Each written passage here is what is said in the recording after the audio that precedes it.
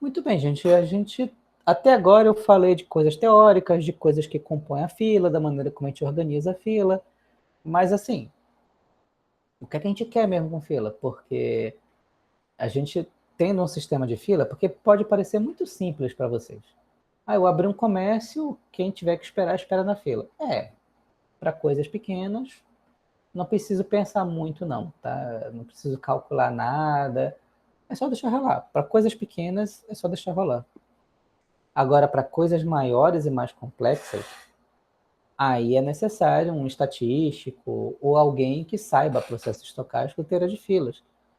Porque como é que eu vou dizer, como é que eu vou dar uma previsão para o cliente de quanto tempo ele vai esperar no dado lugar? Então, por isso que teoria de filas é especialmente útil em ciência da computação. A gente vai ver mais adiante vários exemplos de ciência da computação.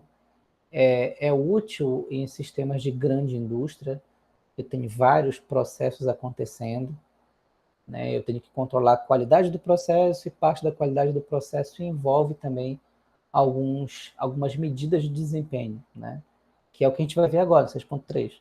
Então, quais são as medidas de desempenho? O que é que eu quero calcular, o que é que eu quero obter para eu saber se a minha fila está com bom desempenho ou não? Porque fila boa é fila rápida, né? É o que a gente sabe, né? Ou é fila com pouca gente, ou é fila com poucos elementos. O fato é que se eu tenho um processo, o que é importante? É que o processo esteja fluindo. Então, tem muito carro numa estrada. Tá, não é um problema, desde que elas estejam fluindo. Eu já vi estradas na Europa, por exemplo, tinha carro pra caramba, mas estava fluindo. Ele estava numa velocidade constante, sempre indo. Então, não é um engarrafamento. Engarrafamento para, porque você... Por que para? Porque chega uma hora que a capacidade de atendimento é muito menor do que a capacidade de chegada, tempo de chegada, e a capacidade do sistema de aguentar elementos na fila é ultrapassado. Então você tem normalmente aí um bug, um estouro de sistema, um engarrafamento, acidentes. Então, quando você tem um processo que ele é mais crítico ou mais complexo, ou as duas coisas, aí vem a necessidade de você fazer cálculo e você tentar não apenas fazer cálculo no sentido de você tentar, eu quero modelar um sistema de filas, certo? Mas isso não serve para muita coisa, se é só para eu entender como a fila se comporta. Às vezes o que eu quero é criar um sistema de simulação. E beleza, eu modelei a fila. Agora, o que acontece se eu colocar mais um servidor aqui?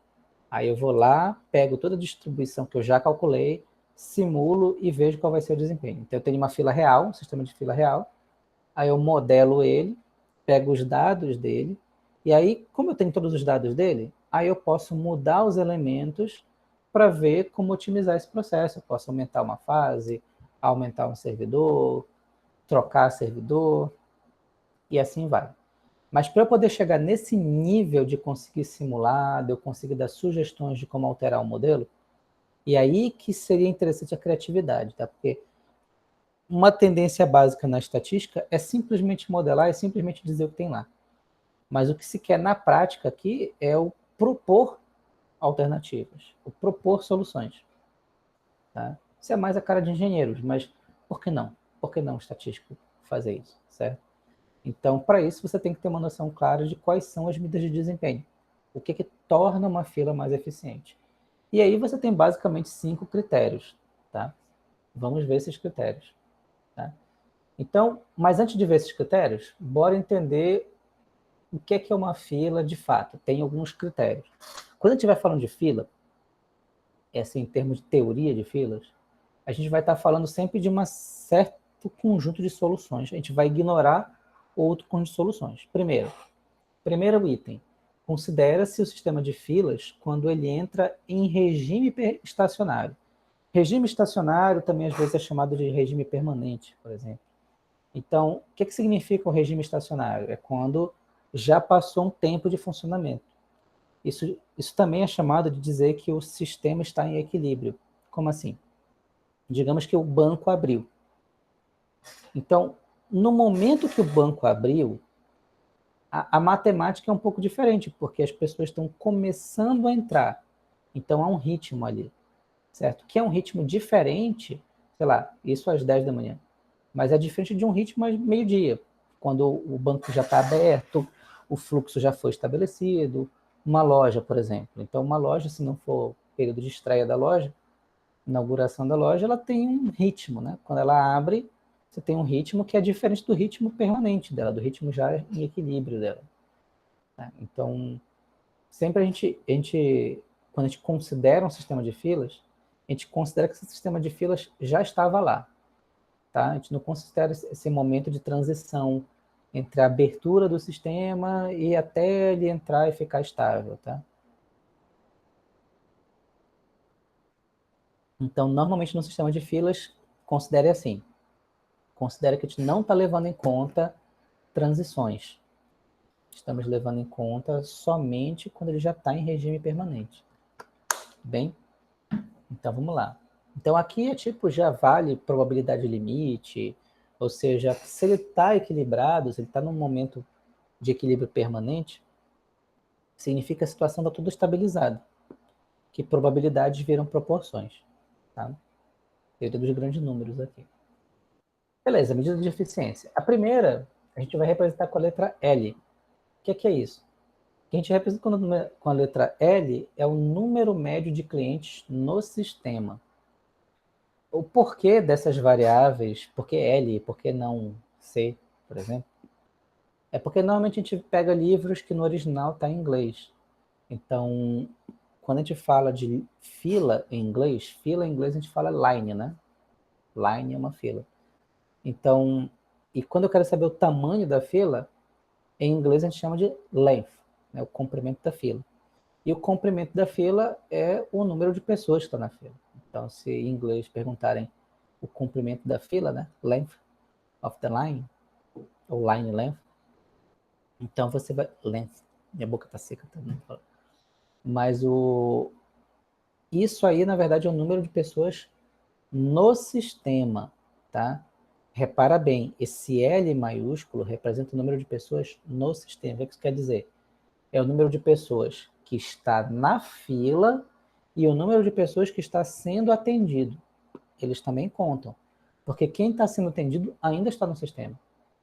Então, eu tenho um sistema de fila único no Banco do Brasil da UFPA e tem 3 caixas eletrônicos funcionando. Tem 10 pessoas na fila e 3 pessoas sendo atendidas. Quantas tem no sistema? 13. Porque as 3 sendo atendidas, elas estão no sistema, elas estão ocupando um lugar ali, né? Então, esse L aí de respeito ao sistema, tá? Temos aqui o LQ, ou LQ, né? Que é também uma medida bem importante, que é o número de pessoas, o número de elementos, de clientes, exclusivamente na fila. LQ desconsidera o número de pessoas sendo atendidas. Então, por exemplo, nesse exemplo que eu dei aqui do Banco do Brasil, onde eu tenho 10 pessoas na fila única e 3 pessoas sendo atendidas, LQ seria igual a 10, enquanto que o L seria igual a 13. Tá? Então, no caso do LQ, isso exclui os que estão sendo servidos, ou seja, os que estão sendo atendidos. Tá? W. W já é o tempo médio que um usuário gasta no sistema. Tá? Então, é o tempo médio que a pessoa vai entrar. Quanto tempo eu vou passar no banco? Então, a pessoa está considerando o tempo que ela vai ficar na fila e o tempo que ela vai ficar sendo atendida. Tá? Apesar de que é mais agradável ser atendido do que ficar na fila, mas considera tudo. Enquanto que WQ é o tempo médio que a pessoa gasta, que um cliente, que um usuário gasta na fila. Reparou que os elementos da fila podem ter vários nomes, né? Eu posso chamar de cliente, posso chamar de usuário, posso chamar de elemento, pode ser qualquer coisa. Esses 4 itens, eles são bem intuitivos, né? A gente sabe o que interessa numa fila. Você quer saber quantas pessoas tem lá e quanto tempo eu vou gastar lá. No geral, é o que nos interessa. Quanto tempo eu vou gastar lá e quantas pessoas já estão lá. Né? Saber se está muito cheio e saber se eu vou gastar muito tempo. E às vezes uma coisa é proporcional à outra. Tá? Também, e esses são 2 critérios básicos: tempo, comprimento. Aí, desses 2 critérios, a gente pode separar em 2, que é o tempo total e o tempo na fila. Porque, como eu disse para vocês, é mais agradável ser atendido do que esperar na fila. E o número de pessoas sendo atendida e o número de pessoas na fila. Tá? A gente pode separar essas duas coisas. Além dessas quatro medidas de eficiência que eu posso calcular, por exemplo, por que a gente chama de medida de eficiência? Eu quero saber se eu vou num lugar e vai ser agradável. Então, se tivesse uma tabela dizendo tempo médio de espera na fila, já é ótimo, né? É bom saber quanto tempo eu vou esperar. Eu até posso definir se eu vou tentar agora, se eu vou tentar depois. Tá? Ou em tempos de pandemia, né? Saber quantas pessoas em média costumam estar na fila no tempo, sei lá, regime permanente. Mas além de tudo isso, além desses 4 itens, a gente poderia citar também um quinto item. Porque esses 4, eles normalmente eles são médios, certo? São variáveis aleatórias e normalmente me interessa o tempo médio. Então é o número médio de clientes na fila, pessoas na fila, e o tempo médio que eu gasto na fila. Mas eu também quero saber qual a probabilidade, que é PN, qual a probabilidade de que ao chegar num sistema eu encontre um número de clientes que seja N. Eu chego lá e o número de clientes é N. Então, se é P1, qual a probabilidade de chegar no sistema se eu tenho uma pessoa lá? P0, qual a probabilidade de chegar no sistema se não tem ninguém lá? P20, qual a probabilidade de chegar no sistema e ter 20 pessoas no sistema? Então, a probabilidade é uma coisa importante, porque saber a distribuição, de certa maneira, é uma medida de eficiência do sistema. Se as probabilidades para valores de N altos são baixas, isso demonstra que o sistema tem uma boa eficiência. Lembra, não importa a situação, num tipo de fila, quanto menos gente ou quanto menos elementos aguardam na fila, mais eficaz ela é. Tá? E quanto a essa probabilidade, como que a gente define isso? Né? As outros itens elas são números, certo? Mas a probabilidade eu preciso definir, né? O que significa a probabilidade do número de clientes no sistema. Então a gente pode definir que Pn ele considera que x de t é um processo estocástico que diz o número de clientes no sistema no tempo t. Ou seja, isso aqui não é um processo de contagem, né? Porque é o número de clientes no processo. E isso é uma relação entre saída e entrada, tá? Não é um processo de equação, mas pode ser representado por uma cadeia de Markov. Considera ainda que n necessariamente é maior ou igual a zero, que faz sentido. Então a gente pode chegar e definir isso através do quê? Que Pn é o limite onde t tende para o infinito. Quando a gente vê t tendendo para o infinito, isso aqui significa que é um sistema em regime permanente. Lembra que quando a gente fala infinito, e eu sinto que vocês talvez não tenham uma compreensão muito clara do que significa infinito, porque infinito é uma definição meio vaga que significa um monte de coisa, mas nesse ponto de vista prático, por exemplo, infinito significa muito grande. Então, quando o tempo é muito grande, né? Tipo, já passou tempo suficiente para esse sistema entrar em equilíbrio. Ele não está mais numa área de transição, ele já está em equilíbrio. Então, t tendendo para o infinito significa um tempo muito longo, tá? E, então, o que é isso? Num tempo muito longo, no limite, onde t vai para um tempo muito longo, o que eu quero saber é a probabilidade de x de t ser igual a n, ou seja, o número de pessoas, o número de clientes no sistema, no tempo t, ser igual a n. Tá? Lembra, isso não é um processo de Poisson, mas pode ser representado por uma cadeia de Markov em tempo contínuo. O que é importante aqui? Se o tempo está tendendo para o infinito, ou seja, se o tempo está tendendo para o sistema no regime permanente, então o Pn ele pode ser interpretado de uma outra forma. Porque quando vai para o infinito, já ocorreram muitas transições entre os estados. Interpreta que a cadeia de Markov aqui é o número de pessoas, né, no sistema.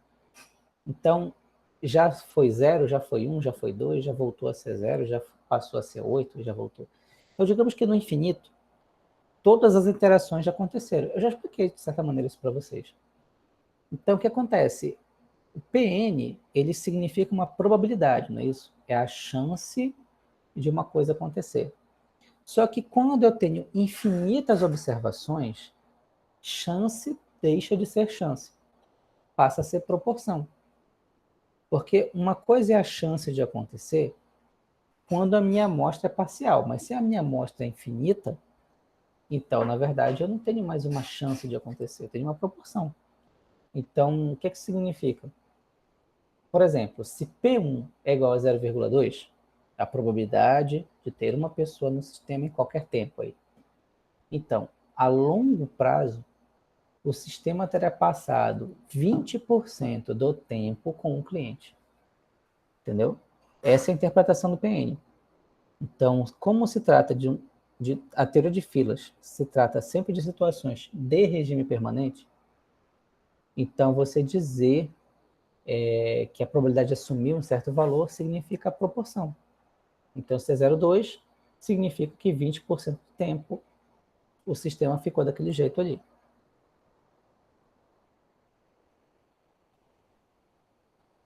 Ok. Beleza, então essas são as principais medidas. E tem uma consequência dessa medida, tá? Nós temos aqueles 5 critérios, né, que são 4 tempos médios e um que é uma probabilidade. E em consequência desses critérios, existe um critério complementar, tá? Que é o que a gente vai ver que é taxa de utilização. Mas para entender a taxa de utilização, a gente precisa definir primeiro a taxa de serviço equivalente. Tá? O que viria a ser uma taxa de serviço equivalente? Primeiro, bora imaginar o seguinte. Se N é maior ou igual que S, o que é N? N é o número de clientes no sistema. O que é S? É o número de servidores. Então, se eu tenho mais clientes do que servidores, o que normalmente é o caso num sistema que envolve filas, então S é o número de servidores, ou seja, se N é maior ou igual a S, significa que todos os servidores estão ocupados, certo? Que eu tenho 3 servidores, mas tenho 5 pessoas esperando. Então, esses servidores vão ficar todos ocupados. Tá? Agora sim, se o meu N é menor, digamos que eu tenho 3 servidores e 2 pessoas, isso significa que eu vou ter um servidor de bobeira. Mas não vamos falar disso agora ainda. Se a taxa de serviço para cada servidor é constante, lembra o que é taxa de serviço? Taxa de serviço é uma medida do quão eficaz é o atendente. Então, se o atendente é capaz de atender 2 pessoas por hora, essa é a taxa de serviço dele, 2 pessoas por hora. E essa passa a ser, inclusive, a taxa da distribuição exponencial, se for o caso ser exponencial. Ó, então, aqui a gente entra numa coisa chamada taxa equivalente. Ó. MN é uma taxa equivalente. MN é igual a S vezes Mi. Ó, a gente considerou que a taxa de serviço para cada servidor é constante. Ou seja, todos os servidores têm o mesmo desempenho. Todos os servidores trabalham e operam igualmente rápido. Ótimo, sensacional. Então, significa que a taxa do sistema, quando existem N pessoas, é S vezes Mi. Então, por exemplo, eu tenho 3 servidores, tá? E os 3 têm uma taxa de atendimento igual a Mi. Então, qual é a taxa de atendimento do meu sistema? Qual é o potencial do meu sistema? 3.000. Então, eu multiplico. O meu sistema, se, digamos, eu tenho 3 servidores, esses 3 servidores atendem 2 pessoas por hora. Então, qual é o desempenho do meu sistema? 6 pessoas por hora. Porque, como a taxa de atendimento é igual, então é só multiplicar o número de servidores pela taxa de cada um, tá? Então, nesse caso, a taxa do sistema é o produto, né? O número de servidores vezes a taxa de serviço. Mas ele não está falando só isso. MN é, na verdade, a taxa de atendimento para um determinado número de pessoas. MN é isso. Então, se eu tiver 10 pessoas, eu tenho... Imagina a seguinte situação. Eu tenho 3 guichês. Cada guichê atende 2 pessoas por hora. e eu tenho 10 pessoas na fila. Então, para 10 pessoas na fila, qual é o desempenho do meu sistema? 6 pessoas por hora, né? Eu pego as 3 guichês, multiplico por 3, porque a taxa é a mesma, e é isso. Não importa se eu tenho muita gente. Se eu tiver muita gente no sistema, não importa. O atendimento dele é 6 pessoas por hora, tá? Se mantém fixo. Ou seja, MN igual a Mi. Vale, isso aqui é o que está nos livros em geral, né? E no livro. Mas tem uma outra interpretação que é importante. Se a taxa de serviço de cada servidor não é a mesma, ou seja, não é uma constante, então como é que eu faço para obter esse MN? É só considerar, uma opção é considerar que MN é a soma das taxas de cada servidor. Então isso também é intuitivo. Se eu tenho 2 atendentes, um atende 2 pessoas por hora e outro atende 3 pessoas por hora, quantas pessoas por hora a minha loja atende? Eu não estou mais perguntando do servidor, estou perguntando da minha loja. Se eles estão em paralelo, um atende 2, outro atende 3 por hora, significa que o sistema atende 5 pessoas por hora. Se soma isso, tá? Então, a taxa de serviço para o meu sistema, quando tem N pessoas dentro dele, é intuitiva, né? É a soma das taxas individuais. Certo. Aqui eu estou só definindo, né? Então, repeteco. Considera que N é maior ou igual a S. Se N é maior ou igual a S, todos os servidores estão ocupados e a taxa de N, né? Qualquer que seja o N, desde que ele seja maior que S, é sempre S vezes Mi, tá? Já coloquei aqui. A taxa de chegada no sistema é constante. Nesse caso, o Poisson, por exemplo. O que eu quero definir aqui? Eu quero definir essa grandeza chamada fator de utilização de instalação de serviço. Então, o que é o fator de utilização, antes de demonstrar a fórmula? O fator de utilização é o quanto aquele sistema está sendo utilizado. É a proporção do tempo em que aquele sistema está sendo utilizado.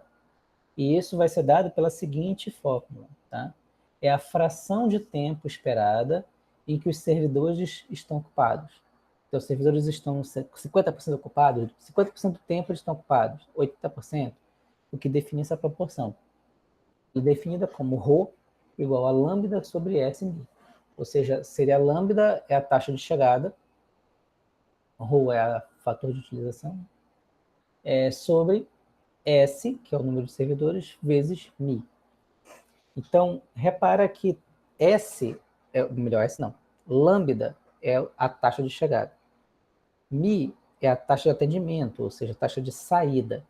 SMI é a taxa de saída do sistema. Então, na verdade, a taxa de chegada dividido por taxa de saída do sistema. Tá? Isso que é o fator de utilização. Por que isso, de certa maneira, diz respeito à fração do tempo? Primeiro, a gente tem que analisar o que acontece. Aqui tem uma frase que vem do livro, que é útil também. Condição para que um sistema de fila seja estável. O que significa um sistema de fila estável? É um sistema de fila que não deu nenhum bug. Ela não estourou a capacidade de ter uma fila, a fila não está sempre aumentando, porque uma fila estável é uma fila que está sempre no mesmo tamanho ou diminuindo. Agora, se uma fila está sempre aumentando, ela está divergindo, ela não está coincidindo, né? Ajudando. Então, esse é o caso aqui. Então, por uma condição que um sistema de fila seja estável, é que a fator de utilização seja menor que 1. Tem que ser menor que 1. Para o fator de utilização ser menor do que 1, o que é que precisa? Precisa que a taxa de serviço do sistema seja maior que a taxa de chegada do sistema. Se a taxa de serviço do sistema é maior que a taxa de chegada, isso significa que as pessoas são atendidas mais rápido do que elas são capazes de chegar no sistema. Então, se eu atendo 3 pessoas por hora e chega 2 pessoas por hora, então minha taxa de serviço está estável. Significa que eu não vou ficar com congestionamento, né, no meu sistema. Tá? Então, se a taxa de serviço, que é mi, está no denominador, for menor do que o lambda, então isso aqui sempre vai dar, se mi for menor do que lambda, rho vai ser maior do que 1. Se lambda for menor do que mi, então rho vai ser menor do que 1. Tá certo? Então é isso aí. A gente para por aqui e na sequência resultados de Little.